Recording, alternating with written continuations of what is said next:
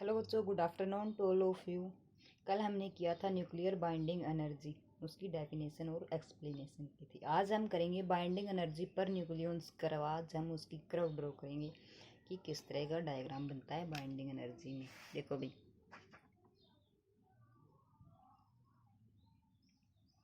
ये हमारा होता है मास नंबर। किस किस के बीच में ड्रॉ होता है बाइंडिंग एनर्जी का? वो ड्रॉ होता है बाइंडिंग एनर्जी और मास नंबर के बीच में ग्राफ ड्रा होता है। ये हमारी बाइंडिंग एनर्जी, ठीक है। बाइंडिंग एनर्जी पर न्यूक्लियॉन्स या फिर बाइंडिंग एनर्जी और मास नंबर। तो देखिए, ये हमारा पॉइंट 0, यहाँ से हम ले लेते हैं, अगर ज़्यादा बड़ा लेते हैं तो 0 से 50,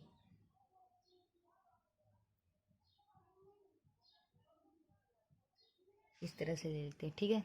और जो हमारी बाइंडिंग एनर्जी है उसको हम लेंगे ये वाला पॉइंट 0, 2, 4, 6, 8, ठीक है। ये लेते हैं 0, 50, 100, 150, 200, 0, 2, 4, 6, 8, 10, इस तरह से ये हमारी बाइंडिंग एनर्जी, ठीक है। इसमें देखो, हमारी जो बाइंडिंग एनर्जी का जो ग्राफ है वो यहाँ से शुरू होता है। इस तरह से कुछ पीक आती हैं, ऐसे ऐसे, फिर यहाँ से ऐसे ऐसे, फिर ऐसे, ठीक है। इस तरह की होती है। जो सबसे जो यहाँ पर शुरू होता है ये हमारा होता है एच, क्या होता है हमारा H2। ये हमारा लिथियम 7 है। ये इसके बाद हमारा F, यहाँ पर ऑक्सीजन है, ये हमारा ऑक्सीजन है। C12, ये हमारा C12 है। ये इसके बाद ये जो पीक वैल्यू है ये हमारी ऑक्सीजन 16, 18 की है, ये ऑक्सीजन है। उसके बाद हमारा है आयरन, ये वाली जो वैल्यू ये क्या हमारा Fe। इसके बाद यहाँ पर MO 100, यहाँ पर हम ले लेते हैं ये हमारा जो लास्ट में है ये हमारा यूरेनियम U238। ये ड्रॉ होता है। देखो, बाइंडिंग एनर्जी कर्व जो है वो यहाँ से स्टार्ट होती है H12 लिथियम, ये फ्लोरीन। पीक जो पॉइंट है यहाँ से देखो, कार्बन 12, ऑक्सीजन, ये हमारा फिर आयरन, इस तरह से। और एक बात आपको याद रखनी है कि जो पीक पर पाए जाने वाले जो एलिमेंट होते हैं वो क्या होते हैं? स्टेबल होते हैं। पीक कौन सी वैल्यू? देखो, ये जो पॉइंट होते हैं ऐसे, ये इसको हम बोलेंगे पीक। क्या हमारी पीक, यानी कि जो ये पॉइंट है, ये पॉइंट है, ये पॉइंट है, इस तरह की जो पीक वैल्यू है, जो पीक पॉइंट है वो क्या होते हैं? जहाँ पर पीक पॉइंट पर जो भी एलिमेंट्स हैं वो स्टेबल होते हैं। क्या होते हैं? वो स्टेबल, उसको हम बोलेंगे स्टेबल एलिमेंट, ठीक है। उसके बाद जो भी हमारे पास होते हैं H12, 1H3, ये जो होते हैं हाइड्रोजन, यानी कि ये होते हैं, ये लेस होते हैं। क्या होते हैं? लेस। इसके कारण इसकी जो बाइंडिंग एनर्जी होती है वो भी लेस होती है। मीन्स ये यहाँ पर है, इसकी ये कोई पीक वैल्यू नहीं है, ये क्या है?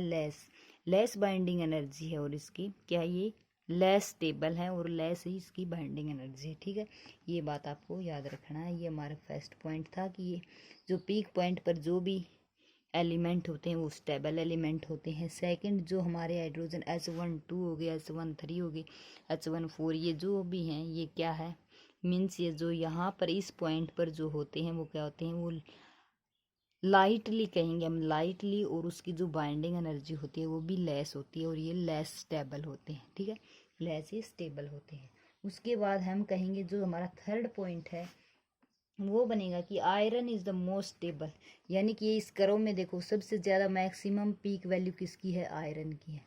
ठीक है, तो हम कहेंगे कि जो हमारा आयरन है, आयरन इज मोर या मोस्ट स्टेबल, क्या है, हमारा जो आयरन होता है वो मोस्ट स्टेबल एलिमेंट्स है। ठीक है, अगर पूछ ले कि बाइंडिंग एनर्जी कर्व जो है उसमें मोस्ट स्टेबल जो एलिमेंट था वो कौन सा एलिमेंट था, तो हम कहेंगे वो था iron. Iron is most stable, क्योंकि सबसे ज़्यादा पीक वैल्यू आयरन की है, और सबसे ज़्यादा पीक वैल्यू कितनी है इसकी है 1.8 मेगा इलेक्ट्रोवोल्ट। सबसे ज़्यादा मोस्ट स्टेबल एलिमेंट है हमारा आयरन, और उसकी जो पीक वैल्यू है वो है 8.5 मेगा इलेक्ट्रो वोल्ट। ठीक है, उसके बाद अगर हम 4 पॉइंट करें, हमारा जो चौथा पॉइंट है वो है कि हायर मास नंबर, जिसका मास नंबर मीन्स जो ये मास नंबर है ये आई है, तो देखो आई मास नंबर किसका है लास्ट में, 200 यूरेनियम का है।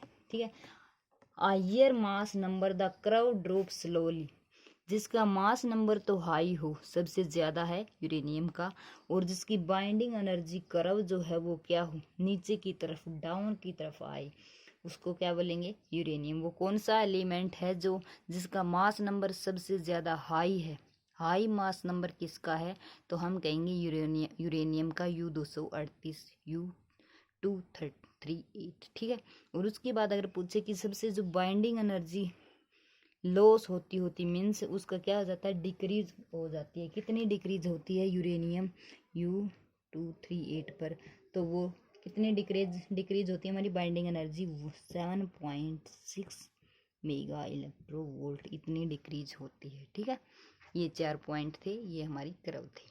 उसके बाद बाइंडिंग एनर्जी जो है उस पर न्यूमेरिकल पूछे जाते हैं भाई, बहुत से न्यूमेरिकल एग्जाम में आए हुए भी हैं, और अगर कल मैंने न्यूक्लियर बाइंडिंग एनर्जी का जो एक्सप्रेशन जो डेरिवेशन करवाया था, अगर उसको आपने अच्छे से किया, उसमें एक वैल्यू दी थी मैंने, न्यूमेरिकल वैल्यू जो है यूज़ होती है वो याद है, तो आप न्यूमेरिकल को सिंपली निकाल सकते हो। कैसे, देखो ये न्यूमेरिकल हमारा कि the mass of nucleus of the 7 nitrogen 14 is 14 AMU होता है एटॉमिक मास यूनिट, ये दी हुई है। डिटरमाइन द पर न्यूक्लियंस, हमें पर न्यूक्लियंस डिटरमाइन करना है binding energy of nucleus in mega electronvolt में। क्या निकालना है हमें, पर न्यूक्लियंस की बाइंडिंग एनर्जी निकालनी है। मास ऑफ प्रोटॉन, प्रोटॉन का मास दिया हुआ है ये AMU एटॉमिक मास यूनिट, और मास ऑफ न्यूट्रॉन का दे रखा है ये, एंड 1 AMU जो था उसकी वैल्यू कितनी होती है 931 मेगा इलेक्ट्रोवोल्ट, ये यूज होती है न्यूमेरिकल में। तो देखो न्यूमेरिकल को कैसे निकालेंगे भाई, मैंने कल आपको बताया था। सबसे पहले देखो इसमें क्या क्या दे रखा है, ये देखो इसमें दे रखा है हमें गिवन रियल मास कितना है, जो इन्होंने रियल मास दे रखा है ऑफ न्यूक्लियस का, रियल मास दे रखा है हमें न्यूक्लियस का 7N14, क्या है, नाइट्रोजन का। ठीक है, उसके बाद ये देखो ये दे रखा है रियल मास, तो हम इसको यहीं पर लिख लेते हैं। जो हमारा MA है वो दे रखा है हमें 14 AMU, ये दे रखा है। फिर हम निकालेंगे मास of proton, mass of proton जो हमें दे रखा है वो दे रखा है हमें 1.00759 AMU एटॉमिक मास यूनिट बोलते हैं। उसके बाद हमें मास ऑफ न्यूट्रॉन दे रखा है 1.00898 AMU। ठीक है, इतना दे रखा है। उसके बाद हमें क्या निकालना है भाई, उसके बाद हमें निकालनी है पर न्यूक्लियर बाइंडिंग एनर्जी, हमें तो इसकी बाइंडिंग एनर्जी निकालनी है। ठीक है, वो क्या करनी है, हमें निकालनी है।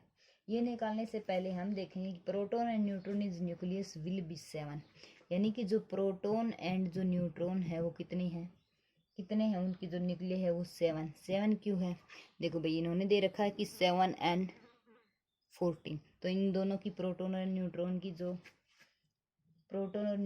न्यूक्लियस है वो दे रखी है 7 होगी। तो अब हम इसको निकालेंगे। हमारे पास एक फॉर्मूला भी था पीछे, अगर हम देखें तो देखो MC हमारा क्या था 7 है। अगर हमने हमारे पास दोनों प्रोटॉन और न्यूट्रॉन 7 है तो हम लेंगे 7 mass of proton plus 7 mass of neutron is equal to, अगर हम यहाँ से 7 कॉमन लेते हैं तो mp प्लस mn बचता है।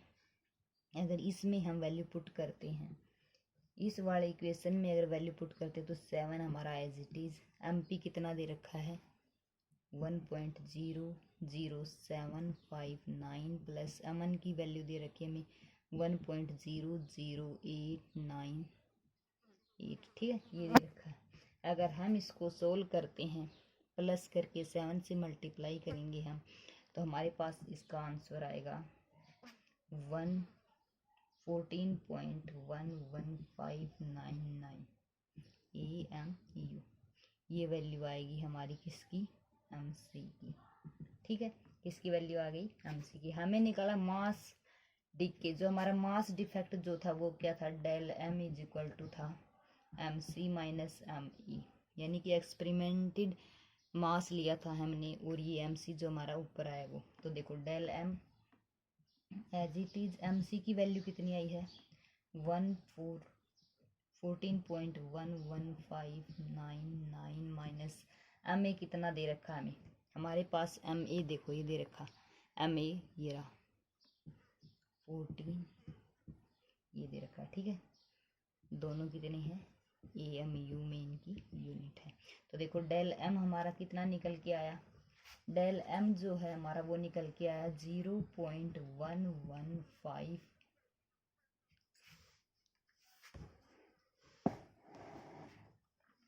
यहाँ से देखो भाई MC 7 था तो 7 mass of proton mass of neutron is equal to 7 as बाहर निकाल लिया MP plus MN, mass of proton plus mass of neutron 7 as it is. Mass of proton की वैल्यू हमने पुट की यहाँ से, मास ऑफ न्यूट्रॉन की put की यहाँ से, निकाला, दोनों को ऐड किया, इतना आया। उसके बाद हमें डेल M निकाला, डेल M निकालने के लिए हमें MC माइनस ME, MC हमने अभी ऊपर निकाला है और MA हमारा ऑलरेडी दिया हुआ है। देखो MA की वैल्यू हमें दिया है 14.000। तो देखो यहाँ पर पुट करते हैं del M as it is, MC की वैल्यू ये वाली जो अभी ऊपर निकाली और ME दिया हुआ है ऊपर वहाँ से। ठीक है, इसके बाद देखो डेल M हम निकालते हैं तो देखो इसमें से सब्ट्रैक्ट करेंगे तो हमारे पास आया 0.11599 AMU। ठीक है, इतना आया। इसके बाद हमें निकालनी है बाइंडिंग एनर्जी। ये कह रहा है कि बाइंडिंग एनर्जी हमें निकालनी है, डिटरमाइन करनी है।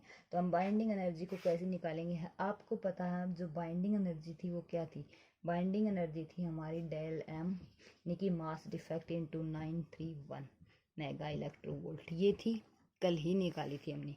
तो देखो इसमें हम सिंपली क्या करते हैं, वैल्यू पुट करेंगे। जो हमारी डेल E जो थी वो क्या आई थी, डेल E जो थी वो थी हमारी 0 पॉइंट, देखो ये रही डेल M मास कितना था, ये वाली वैल्यू ये आई 0.11599 इंटू 931। अगर हम इसको सिंप्लीफाई करेंगे तो हमारे पास क्या वैल्यू आएगी, हमारे पास वैल्यू आएगी 107.98669 मेगा इलेक्ट्रोवोल्ट। ठीक है, ये वैल्यू हमारे पास निकल के आ गई।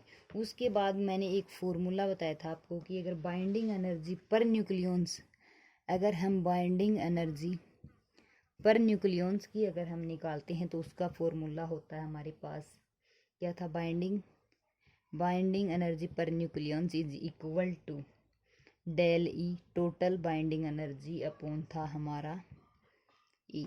ये फॉर्मूला था डेल E अपॉन E था, ये हमारा एटॉमिक मास था। ठीक है, न्यूक्लियस का एटॉमिक मास। इसके बाद अगर हम ये बाइंडिंग एनर्जी निकालते हैं तो is equal to del E की वैल्यू कितनी आई, डेल E की वैल्यू हमने अभी निकाली है, ये पुट करो 107.98669 अपॉन E। ये हमारा कितना है, ये हमने अभी देखा था, देखो भाई ये दे रखा, ये रहा 14, कितना दे रखा है 14 मीन्स ये देखो ये 7 हमने न्यूट्रॉन प्रोटॉन के लिए लिया और इसका एटॉमिक मास कितना है 14, तो हम लेंगे अपॉन 14 यहाँ पर ए की जो वैल्यू है वो है हमारी 14। क्यों है 7 एंड 14 था, ठीक है, लिया 14। इसके बाद देखो 14 इसको अगर हम सिंप्लीफाई करेंगे तो इसकी वैल्यू आएगी 7.713 मेगा इलेक्ट्रो वोल्ट, ठीक है, ये हमारी वैल्यू निकल के आएगी। ये था न्यूमेरिकल। तो मुझे उम्मीद है आपको बाइंडिंग एनर्जी की जो कर्व है वो अच्छे से समझ में आई होगी। उसके 4-5 पॉइंट हैं कि सिंपली एक तो है कि जो पीक पर जो भी पॉइंट होगा, जो भी एलिमेंट होगा वो स्टेबल एलिमेंट होगा, और सबसे ज़्यादा जो बाइंडिंग एनर्जी की कर्व में सबसे ज़्यादा मोस्ट स्टेबल जो है वो है आयरन, और जो मोस्ट स्टेबल होने के बावजूद उसकी जो वैल्यू है पीक वैल्यू वो है हमारी 8.5 मेगा इलेक्ट्रो वोल्ट, सबसे ज़्यादा आयरन की। उसके बाद यूरेनियम जो है वो सबसे, उसका यूरेनियम का मास सबसे हाई है, यानी कि मास नंबर जो है सबसे ज़्यादा किसका है, यूरेनियम का, और उसकी जो बाइंडिंग एनर्जी की वैल्यू है वो है 7.6 मेगा इलेक्ट्रॉन। बस यही बात याद रखनी थी, और ये छोटा सा न्यूमेरिकल था जो एग्जाम में पूछा जाता है। इसका आपको सिर्फ फॉर्मूला याद रखना है, बाकी इनकी वैल्यू ही चेंज कर देते हैं, बाकी सेम है। आज के लिए बस इतना ही, मिलता है एक न्यू अपडेट के साथ, तब तक के लिए थैंक यू सो मच।